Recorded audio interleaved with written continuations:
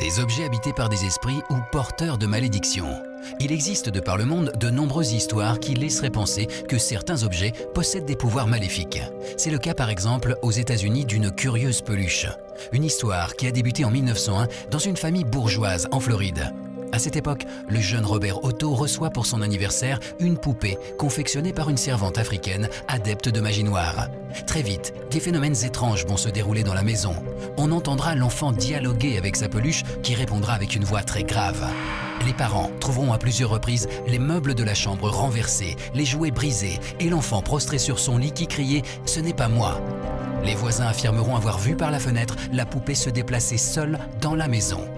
Bien des années plus tard, en 1974, c'est une petite fille qui retrouvera la poupée dans le grenier. Là aussi, des phénomènes terrifiants apparurent. La jeune fille affirmait que la poupée se déplaçait et qu'elle avait même essayé de l'attaquer à plusieurs reprises. Aujourd'hui, la poupée se trouve dans un musée et les phénomènes semblent avoir cessé.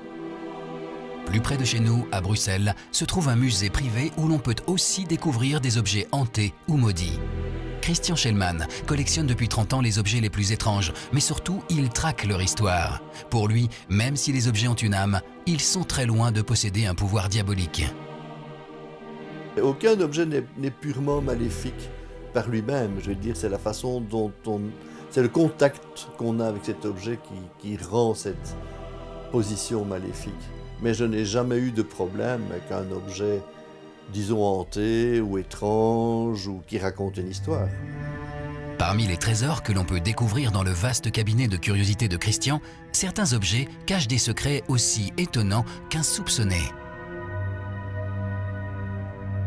Alors la bague avec le crâne, qui ressemble à une bague à poison mais n'en est certainement pas une, est en fait une bague lacrymatoire, c'est-à-dire qu'on peut l'ouvrir pour y verser les larmes que l'on a par rapport au défunt, à la mort de son ami.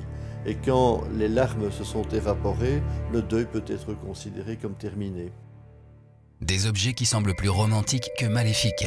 Pourtant, Christian avoue que sa collection compte de nombreux objets censés porter malheur ou liés à des malédictions.